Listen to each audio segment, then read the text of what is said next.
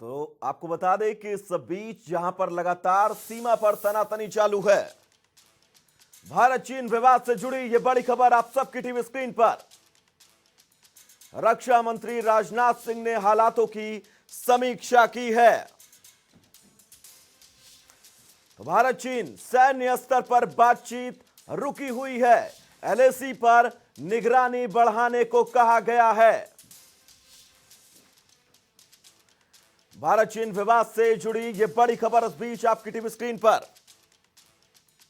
रक्षा मंत्री राजनाथ सिंह ने हालात की समीक्षा की है। भारत चीन सैन्य स्तर पर बातचीत रुकी हुई है।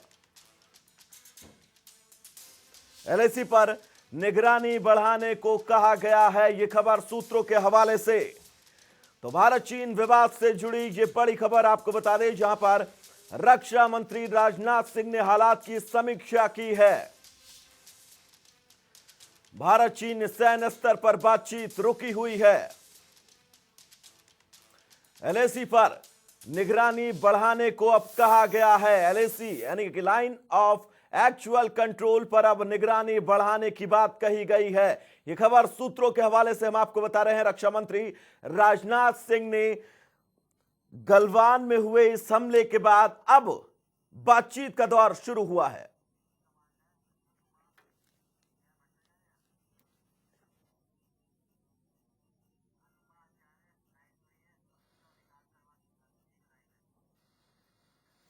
तो हमारे साथ विंग कमांडर अनुमा आचार्य जुड़ी हुई हैं और साथ ही साथ हमारे सहयोगी विकास जुड़े हुए हैं तमाम जरूरी अपडेट के साथ। तो विंग कमांडर अनुमा जी आपके पास लौट आएंगे, लेकिन सबसे पहला सवाल विकास आप ही के पास है। सरहद पर हलचल क्या कुछ है, सबसे पहले आप बताइए।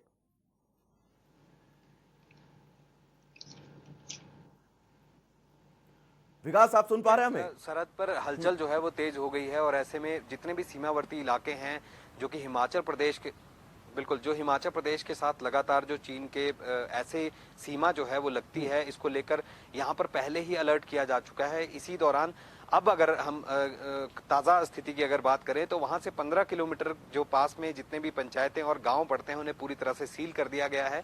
किसी भी बाहरी व्यक्ति के वहां आने जाने पर पूरी तरह से पाबंदी है। ऐसे में हिमाचल प्रदेश की जो खुफिया एजेंसियां हैं उनको अलर्ट पर रखा गया है। कल शाम से ही, कल देर शाम जो है ये खबर आई थी, जो जिला पुलिस मुख्यालय है वहां से आई थी और जो हिमाचल प्रदेश पुलिस मुख्यालय है वहां से आई थी और इसमें ये कहा गया था कि जितनी भी इंटेलिजेंस है उसको अलर्ट पे रखा गया है। और ऐसे में जो जिला प्रशासन है उनको भी ये कहा गया है, चाहे वो जिला लाहौल स्पीति की अगर बात करें या फिर जिला किन्नौर की बात करें, क्योंकि ये दोनों ही जिले हैं वैभव जहां पर लगातार सीमाएं जो हैं वो यहां पर लगती हैं। कुछ दिन पहले की अगर बात करें तो समदो बॉर्डर पर भी हेलीकॉप्टर सवाल पर विकास आपके पास लौटेंगे। सीमाओं पर अलर्ट है पूरी तरह से। हमारे साथ पूर्व विंग कमांडर अनुमा आचार्य जी भी जुड़ी हुई हैं। अनुमा जी, सीमाओं पर अलर्ट है जैसा कि हमारे सहयोगी विकास ने बताया है और समीक्षा बैठक जो है वो भी जारी है दिल्ली के अंदर। आपको क्या कुछ लगता है अब इन हालातों में क्या कुछ भारत की तरफ से करना चाहिए और अगला कदम क्या होना चाहिए? मैंने अंदर की बैठकों के बारे में सुना, पर मैंने ये नहीं सुना कि कूटनीतिक लेवल पे डॉक्टर एस जयशंकर क्या कर रहे हैं। क्योंकि सेना की मिलिट्री की जो बातचीत होती है या मिलिट्री के जो एक्शन होते हैं उससे स्थायी समाधान नहीं आते। हम जो अंदर बैठकें कर रहे हैं हम फौज के साथ कर रहे हैं। हमारा विदेश मंत्रालय और हमारी राजनीतिक फ्रंट पे क्या हो रहा है ये जानने की जरूरत है बहुत। अच्छा अनुमा जी, कहां पर चूक हो रही है, कहां पर लेट हो रहा है भारत, आपको क्या कुछ लगता है उस पूरे प्रकरण पर? आप देखिए, हमने लेफ्टिनेंट जनरल लेवल की बातचीत की, मेजर जनरल लेवल की बात उसके पहले हुई थी, उसके बाद हुई थी, बार बार लोकल कमांडर्स के लेवल पे बात हो रही है और अल्टीमेटली एक तरह से हमने मिलिट्री लेवल पर ही समाधान ले लिया था और वो पीछे जा रहे थे। अब वो पीछे जाते जाते अगर आप समझेंगे वो जगह, चीन का प्रॉब्लम ये है कि अक्साई चीन जिस पे हमने कुछ पिछले दिनों में कुछ जरूरत से ज्यादा भी क्लेम किया है और ठीक है वो हमारा हिस्सा है, लेकिन उसको इतना ज्यादा बोलना नहीं चाहिए था। मुझे लगता है हमें कर देना चाहिए था, कर दिखाना चाहिए था अक्साई चीन को। तो गालवान वैली से वहां के लिए रास्ता जाता है और जब वहां पे इंफ्रास्ट्रक्चर बन रहे हैं तो चीन को उससे प्रॉब्लम हो रही है। और जाती हुई एक टुकड़ी ने हमारे लोगों के ऊपर हमला किया और हमारे लोगों के पास कोई हथियार भी नहीं थे और कुछ लोग की मृत्यु वैसे हो गई, कुछ लोग वैसे शहीद हो गए और कुछ लोग उस नदी में गिर गए जो कॉन्फ्लुएंस है वहां पर, जो उसमें गिर गए और रात थी क्योंकि उनको निकाला नहीं जा सका और वो ठंड के मारे उनकी मृत्यु हो गई।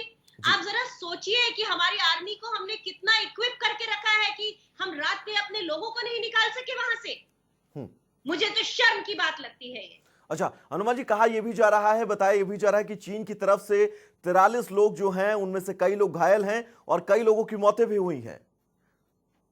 वैभव ऐसे है कि 2013 में अपने जो लेफ्टिनेंट जनरल साहब वहां के general officer commanding in chief थे नॉर्दर्न आर्मी कमांड के, उन्होंने बताया कि जब इस तरह के विड्रॉल पहले भी होते थे, क्योंकि ये तो होता आया है, गर्मियों में आते हैं फिर विड्रॉ करते हैं, तो उस समय उसकी वीडियोग्राफी की जाती थी, है ना। तो हमने इस बार वीडियोग्राफी जरूर की होगी, क्योंकि हम अचानक तो नियम नहीं बदलेंगे, तो वो वीडियोग्राफी दिखा दीजिए। कहाँ 43 और 44 की बात कर रहे हैं, हो सकता है हमने 100 मारे हो। अच्छा हनुमान जी, एक चीज मैं आपसे जानना चाहूंगा, क्योंकि आप जो हैं वो गलवान घाटी के स्ट्रक्चर को बहुत अच्छी तरह से समझती होंगी, तो मैं चाहूंगा आप दर्शकों को बताएं कि गलवान घाटी का स्ट्रक्चर आखिर कैसा है और किस तरह की वहां पर परिस्थितियां होती हैं, क्योंकि सिचुएशन काफी टफ होती है, पहाड़ी इलाका है और सबसे ज्यादा वहां पर ठंड होती है, तो ऐसे में मुश्किलें क्या कुछ होती हैं सेना को और किस तरह का स्ट्रगल जो है वो वहां पर रहता है। देखिए, ये बहुत ही ठंडा इलाका है। यहाँ गालवान नदी और श्योक नदी जो है उसका एक तरह से संगम है, एक जगह मिल रही है। और वहां पर जैसे कि हम जानते हैं ज्यादा वनस्पति नहीं है, बर्फ जमा करती है, केवल गर्मियों में ही वो कम होती है। और ऐसे में जो हमारी एक्सट्रीम कोल्ड क्लाइमेट की जो क्लोथिंग होती है, कपड़े होते हैं, हमारी सेना के पास वो अच्छी क्वालिटी के नहीं है। उनके जूतों में अगर बर्फ चला जाए तो फ्रॉस्ट हो जाता है और उससे उनका पैर जा सकता है। तो हमारे पास ठीक से फ्रॉस्ट फ्री शूज भी नहीं है, पूरी सेना के पास नहीं है। तो हम इस तरह से जब अपने जहां पर हमें अपने सैनिकों को भेजा है वहां हम उनको पूरी तरह सशस्त्र करके नहीं भेज पा रहे हैं, और जो भेजा भी है, जो हमने उनको दिया भी है, उसकी क्वालिटेटिव प्रॉब्लम्स है उसमें। तो इतने ठंडे इलाके में हमारी सेना तो हमारे देश के लिए खड़ी है, तो हमारा नेतृत्व क्या कर रहा है? हमारे नेतृत्व ने उनको अभी तक इक्विप क्यों नहीं किया उस तरह से? जहाज खरीदने के ऊपर तो बहुत बड़े बड़े दावे करते हैं, लेकिन आज भी हमारी भारत की इन्वेंट्री में जितने 2000 जहाज हैं वो पहले के खरीदे हुए हैं। अभी तक पहला राफेल भी हमारे पास उड़ने की स्थिति में नहीं आया है। हम वहां पर उनको लेकर जरूर आ गए हैं। तो आप ये समझिए कि इतने जटिल इलाके में, इतने कठोर इलाके में हमारी सेना दिलो जान के साथ अपने देश को बचा रही है। हमारे राजनीतिक लोग क्या कर रहे हैं? अच्छा अनुमा जी लौटेंगे आपके पास अगले सवाल के साथ। हमारे साथ विकास भी जुड़े हुए हैं लगातार। विकास, कहा यह जा रहा है कि हिमाचल प्रदेश के अंदर अब पूरी तरह से इंटेलिजेंस को जो है वो अलर्ट पर कर दिया गया है और सुरक्षा एजेंसियां पल पल की खबर जो है उसका अपडेट ले रही हैं। जी विकास। बिल्कुल, निश्चित रूप से कल देर शाम जो है ये खबर आई और इसमें जो पुलिस मुख्यालय है हिमाचल प्रदेश का, इसको अब जो है यहाँ से निर्देश जारी किए गए हैं जो 2 सीमावर्ती जो जिले हैं हिमाचल प्रदेश के साथ जो चीन के लगते हैं। तो ऐसे में जो जिस तरह से तनातनी की खबरें जो है लद्दाख सेक्टर से सामने आई हैं, एहतियातन जो है अब सतर्कता यहाँ पर बढ़ती जा रही है। सभी इंटेलिजेंस को जो है वो सतर्क किया जा चुका है और ऐसे में अलर्ट जो है वो जारी किया गया है। वैभव, इसमें सीधे तौर पर अब सेना जो है वो पहुंच गई है और जो आईटीबीपी है, क्योंकि आईटीबीपी सीधे तौर पर आंतरिक सुरक्षा जो है उसको देखती है, इसी कड़ी में अब सेना को जो है वो टेक ओवर सेना ने कर लिया है और जो हिमाचल पुलिस है उसकी भी जो इंटेलिजेंस है उसको एक्टिवेट रखने के लिए कहा गया है। ये कहा गया है सतर्कता बरती जाए और इंटेलिजेंस इनपुट जो है वो दिए जाएं कि आखिर कोई भी छुटपुट घटना अगर उस इलाके में होती है, क्योंकि करीब करीब 228 किलोमीटर के आसपास जो है वो सीमा चीन के साथ भारत की हिमाचल प्रदेश के साथ भी लगती है। तो कहीं ना कहीं इस एहतियातन जो है इस पूरी अलर्ट को जो है वो यहाँ पर किया गया है और ऐसे में जो पुलिस के जवान हैं उनकी गश्त जो है वो बढ़ा दी गई है। सेना जो है वो अलग से गश्त कर रही है और हर छोटी बड़ी घटना पर नजर रखने के लिए आदेश जो है वो जारी किए गए हैं। इसी बीच अब पूरी जानकारी जो है मुख्यमंत्री जयराम ठाकुर से भी जो है पुलिस ने साझा की है कि अभी क्या परिस्थितियां बनी हुई है। इसको लेकर हो सकता है जयराम ठाकुर जो है हिमाचल प्रदेश के मुख्यमंत्री हैं, तमाम तैयारियां वो भी अपनी बात जो है वो केंद्र सरकार के सामने रखेंगे। तमाम तैयारियां जो है वो अब कर ली गई हैं सरकार की तरफ से और पूरी कोशिशें हैं कि अगर कुछ भी होता है तो हम ताबड़तोड़ हमला देने के लिए तैयार हैं। अनुपा जी, एक चीज मैं आपसे ये जानना चाहूंगा कि चीन की आखिर बौखलाहट की असल वजह क्या कुछ आपको लगती है? क्या लद्दाख को केंद्र शासित प्रदेश बनाया गया ये असल वजह हो सकती है, या फिर कोई और वजह? आपको क्या लगता है? वैभव, आप उम्मीद है कि आप पूरी दुनिया में जो चल रहा है उस पर भी नजर रखे हैं। चीन जो है साउथ चाइना सी में फिलीपींस के साथ, वियतनाम के साथ और इंडोनेशिया के साथ तो ऑलरेडी लड़ाई कर रहा है, और बहुत ही अजीब तरह की लड़ाई है। जैसे हमारे साथ एक फ्रंट खोला है, उसी तरह का एक फ्रंट उनके साथ भी खोल रखा है। ऑस्ट्रेलिया के साथ अलग कर रखा है। तो ये चीन की फितरत है। ये कोई अगर हमारी तरफ से कोई गलती होगी तभी हम उसके जकड़ में आएंगे, लेकिन हमारी सेना जो है उसके पास जो आयुध हैं उनकी बात करूं तो चीन के बराबरी पर है हमारे आयुध, और ये सब पहले से हमने खरीदे हुए हैं। और इनका सारा टेंडरिंग और परचेज, क्योंकि मैं लॉजिस्टिक्स अधिकारी हूं तो मैं जानती हूं कि ये हमने बहुत साल पहले खरीदे हैं और ये स्टेट ऑफ आर्ट के हैं। तो हम उनको जवाब देने के लिए बिल्कुल तैयार है। पर मुझे कोई ये बताइए कि क्या हमने कूटनीतिक लेवल पे कितनी बात की है जी? क्या हमने अपने राजदूत वहां भेजे हैं? क्या वो बात कर रहे हैं? क्या वहां से कोई समस्या का हल निकल रहा है? क्योंकि लड़ाई की बात आप भूल जाइए। लड़ाई में सेना जो है ना वो आपके देश के साथ हमेशा रही है। हमारे देश की सेना हमेशा आगे रही है। हम नेतृत्व की बात जानना चाहते हैं। अच्छा, तो अनुमा जी, आपको क्या लगता है कि नेतृत्व में कहीं ना कहीं कुछ ना कुछ कमी है, और पूरी तरह से कूटनीतिक स्तर पर खुलकर जो चीजें सामने नहीं आ रही हैं वो कहीं ना कहीं से परेशानी खड़ी करेंगी? देखिए, मैं किसी को दोष नहीं देना चाहती, पर मैं कह रही हूँ अपारदर्शिता है और ढीलापन है। 24 घंटे हो चुके हैं, हमारे सरकार के जो बड़े नेतृत्व के नुमाइंदे हैं वो सामने भी नहीं आए। आप जरा सोचिए, क्या ये दुख की बात नहीं है? कम से कम हमें तो उनसे सुनना है, अपने नेतृत्व से हम सुनना चाहते हैं कि हम क्या कर रहे हैं।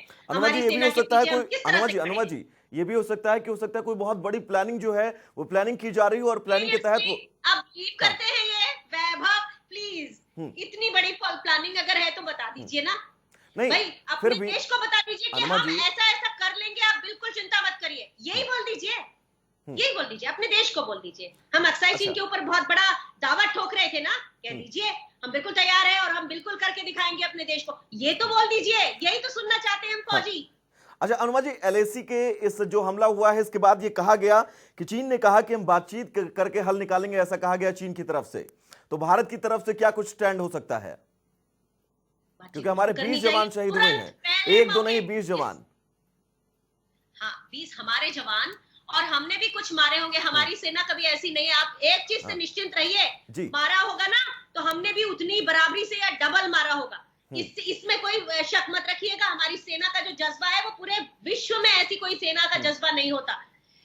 लेकिन मेरा ये कहना है कि अगर बातचीत की पहल चीन ने की है तो हमें उसे दोनों हाथ से ग्रैब कर लेना चाहिए। उस मौके को तुरंत करिए, तुरंत भेजिए अपने कूटनीतिक जो दल है या डिप्लोमेट्स है उनको भेजिए, बातचीत करिए। अनुमा जी, उरी हमला आपको याद होगा, पुलवामा हमला आपको याद होगा, और उसके 10 दिन बाद एक्शन हुआ और 13 दिन बाद एक्शन हुआ। सर्जिकल स्ट्राइक, एयर स्ट्राइक, 2 स्ट्राइकें भारत ने की और शौर्य का पराक्रम दिखाया भी। तो कुछ ऐसी अंदर खाने में बिल्कुल सेना ने दिखाया, पूरा क्रेडिट सेना को जाता है। रणनीतिकार थे lieutenant general Hooda, surgical strike के समय उन्होंने अभी मेरी उनसे बहुत इस मुद्दे पर अच्छी बात हुई है। देखिए, स्ट्रेटेजी एक तरफ होती है लेकिन हमें अपना मुंह भी तो दिखाना होता है अपने लोगों को। अनुमा जी, लेकिन अनुमा जी 10 दिन और 13 दिन के अंदर जो जवाब दिया गया पाकिस्तान को एयर स्ट्राइक और सर्जिकल स्ट्राइक करके, तो ऐसी कुछ प्लानिंग तो नहीं हो सकती है चीन के लेकर? देखिए, ये पाकिस्तान नहीं है, अच्छी तरह समझ लें। हम इस तरह से उकसा के जिस तरह से हम बात करते आए हैं ना, उसकी आदतें छोड़ देनी चाहिए। जब हम चीन की बात करते हैं तो बड़े पैनोरामा की बात कर रहे हैं हम। तो ऐसे में बुद्धिमत्ता की भी जरूरत है और तीनों ही चीजों को जुड़ना पड़ेगा। राजनीतिक एफर्ट्स, कूटनीतिक एफर्ट और मिलिट्री लेवल तो है ही साथ में। वो दोनों दिख रहा है, मिलिट्री तो दिख रहा है हमेशा, बाकी दोनों कहाँ गायब हैं? बहुत दिन हो चुके हैं, 1.5 महीना हो चुका है, बताइए तो सही। अच्छा अनुमा जी, एक बार अमेरिका ने भी ये प्रस्ताव रखा था भारत के सामने कि अगर वो चाहें तो वो दोनों देशों के बीच शांति समझौता जो है वो करवा सकते हैं और सारी चीजें शांति से नहीं कर सकती हैं। तब राजनाथ सिंह ने ये कहा था कि हम जो है अपना मैटर इंटरनल, हमारा मामला है, हम खुद निपट लेंगे, ऐसा कहा गया था राजनाथ सिंह की तरफ से। हमारी विदेश नीति है कि हम अपने मामले जो हैं वो अपने नेबर्स के साथ या दूसरे कंट्रीज के साथ हम खुद सुलझाएंगे। हम नहीं जाएंगे किसी के पास। क्यों जाएं ये जब हमारी हम विदेशी सक्षम हैं? है। हनुमान जी वाकई में क्यों जाएं जब हम पूरी तरह से सक्षम हैं, हर मामले में सक्षम हैं, किसी भी देश को जवाब देने के लिए हर तरह से, फिर चाहे कूटनीतिक स्तर पर हो, राजनीतिक स्तर पर हो, सेना के स्तर पर हो, सैन्य स्तर पर हो, हम तमाम चीजों में सक्षम हैं। उसके बाद वाकई में हम किसी और के पास क्यों जाएंगे? लेकिन अब आगे क्या कुछ हो सकता है? हनुमान जी मैं चाहूंगा आप इन सभी चीजों से जुड़ी हुई हैं और आपने देखा है वो सारी सिचुएशन, वो सारी परिस्थितियां, जिन परिस्थितियों के चलते आप ये अंदाजा लगा सकती हैं और बता सकती हैं कि अब इस पूरे प्रकरण में आगे क्या कुछ हो सकता है। वैभव जी, जैसे हमने नेपाल के साथ बहुत देर कर ली संवाद करने में, अब हमें देर नहीं करनी है संवाद में। संवाद के साथ हमारे लोग जाए, हमारे डिप्लोमेट्स जाए, क्योंकि देखिए सेना को तो आपको पता है, आपने भी कह दिया, आप आईटीबीपी कह रहे हैं, मैं सेना कह रही हूँ, क्योंकि आईटीबीपी भी है एक अंग, लेकिन सेना वहां मुख्यतः सेना मौजूद है और हम सेना के बलबूते पर वहां पर जमे हुए हैं। तो सेना तो अपनी जगह है ही, बस अब हम नेपाल की तरह यहाँ चीन में देर ना करें, कम से कम संवाद स्थापित करना शुरू करें। सिर्फ झूला झूलना काफी नहीं होता है। अच्छा, तो हनुमान आगे जी, भी बढ़ के कुछ करना हनुमान होता जी है। नेपाल वाले मामले में आपको क्या लगता है देर हुई थी भारत की तरफ बिल्कुल से? देर हुई थी। वो बार बार संवाद चाह रहा था, नेपाल बार बार कह रहा था कि भाई हम इस पे संवाद करना चाहते हैं, तो हम उनकी बात ही नहीं सुन रहे थे। जैसे कोई बड़ा भाई छोटे भाई को हड़का देता है, ऐसा नहीं करना चाहिए। अच्छा हनुमान जी, कहा तो ये जा रहा था कि नेपाल से अब सब कुछ ठीक है पूरी तरह से, ये बयान आए हैं सामने। देखिए, इसका कोई अभी तक अधिकृत आपने देखा होगा, मैंने तो नहीं देखा। अच्छा, लेकिन अब इन परिस्थितियों में, क्योंकि बैठक आज जारी है लगातार, सीडीएस बिपिन रावत और तीनों सेना के अध्यक्ष और रक्षा मंत्री खुद अब बैठक कर रहे हैं, काफी मायने में महत्वपूर्ण बैठक है। और हमारे सहयोगी विकास जैसा बता रहे हैं कि सीमा पर पूरी तरह से अलर्ट जारी कर दिया गया है, आईटीबीपी को भी पूरी तरह से अलर्ट कर दिया गया है, इंटेलिजेंस एजेंसियां अलर्ट पर हैं। तो ऐसे में ये सिर्फ ये कहा जाए कि जो आने वाले समय है उसके लिए तमाम तैयारियां पहले से भारत अब कर रहा है। देखिए, वो तो तैयारियां पहले से भी हैं और एक सीडीएस के आने के बाद इसको ज्यादा होना चाहिए, मैं उम्मीद करती हूँ ऐसा। लेकिन हम अंदर ही अंदर कर रहे हैं जो कर रहे हैं। बाहर वाला हिसाब दीजिए ना, विदेश मंत्रालय रक्षा मंत्रालय के वक्तव्य दे रहा है कि भाई ये चीन की गलती है, और ये तो विदेश मंत्रालय का काम है वो अपने इधर के वक्तव्य दे, अपनी डिप्लोमेसी की बात करे। आपको क्या लगता है कि डिप्लोमेसी की बात कहीं भी नहीं हुई है इस पूरे प्रकरण में? हो रही है, मतलब कम से कम सामने आना चाहिए कि हम गए, कम से कम इतना बोलिए कि चीन से हमने हाथ बढ़ा के बात की, उसका प्रस्ताव आया, हमने। आप बताइए कहाँ, मुझे कोई भी आप उदाहरण दे दीजिए, कहीं का भी आप रेफरेंस बता दीजिए, कहाँ आया ये जवाब। अच्छा हनुमान जी, कहा यह भी जा रहा है कि चीन ने जो कहा है कि भारत को एक तरफा कार्रवाई नहीं करनी चाहिए। चीन ने तो भारत के ऊपर पूरा दोष मढ़ दिया है कि भारत ने एक तरफा कार्रवाई की, हालांकि हमारे 20 जवान शहीद हुए। और कहा यह जा रहा है कि उनके, हालांकि उन्होंने अभी आंकड़े नहीं साफ किए हैं कि उनके कितने जवान शहीद हैं या फिर कितने घायल हैं, लेकिन हमारा आंकड़ा जो है वो सामने है। वैभव, एक चीज हम समझ लें कि जो लोकलाइज्ड कल जो झगड़ा हुआ है परसों रात को, मतलब, तो उसमें चीन के बड़े नेतृत्व का कोई हाथ नहीं था। वो वहीं के वहीं भड़क गए और खूनी संघर्ष हो गया। ठीक है, तो इसमें हम ये नहीं कह सकते कि चीन का कोई मंतव्य रहा होगा। अच्छा हनुमान जी, तो आप चीजों को बहुत अच्छी तरह से समझती होंगी। हनुमान जी, वाली बात नहीं करनी चाहिए, हनुमान जी, समाधान नहीं निकलेगा। हनुमान जी, इस झड़प में 20 जवान शहीद हुए। इसके पहले तमाम बार ऐसा देखा गया है जब झड़प ये लगातार हुई है और धक्का मुक्की करके बातें जो हैं वो सॉल्व हो गई हैं, लेकिन यहां पर ये सिचुएशन जो पैदा हुई है कि 20 और उधर से 43। देखिए, खून हमारे यहाँ गया है, हमारे लोगों का, हमारे लोग शहीद हुए हैं, तो दिल में उबाल तो आता ही है। लेकिन ये और ज्यादा हम नुकसान अपने लोगों का ना करें, अपने शहीदों की इज्जत करें, और वो बहादुरी की जब जरूरत हो तभी बहादुरी की बात हो, तभी हम लड़ाई करें। इस वक्त बात करने की कोशिश बहुत जरूरी है, मिलिट्रीली भी, जो कि बंद हो गई है। बात करने की भी जरूरत है और कूटनीतिक स्तर पर, राजनीतिक स्तर पर समझना होगा वाकई में हमें चीजों को, और बारीकी से समझना होगा, टटोलना होगा, ताकि ना हमारा नुकसान हो ना उनका, क्योंकि युद्ध से किसी को कुछ नहीं मिलता है, सिर्फ और सिर्फ सभी देशों का नुकसान होता है। हनुमान जी, इस बातचीत के लिए आपका बहुत बहुत शुक्रिया। विकास, इस तमाम अहम जानकारी के लिए आपका भी बहुत बहुत शुक्रिया। तो चीन से खूनी भिड़ंत के बाद अब आगे का स्तर क्या कुछ होगा और आगे भारत का कदम क्या कुछ होगा, हम लगातार आपको अपडेट्स करते रहेंगे।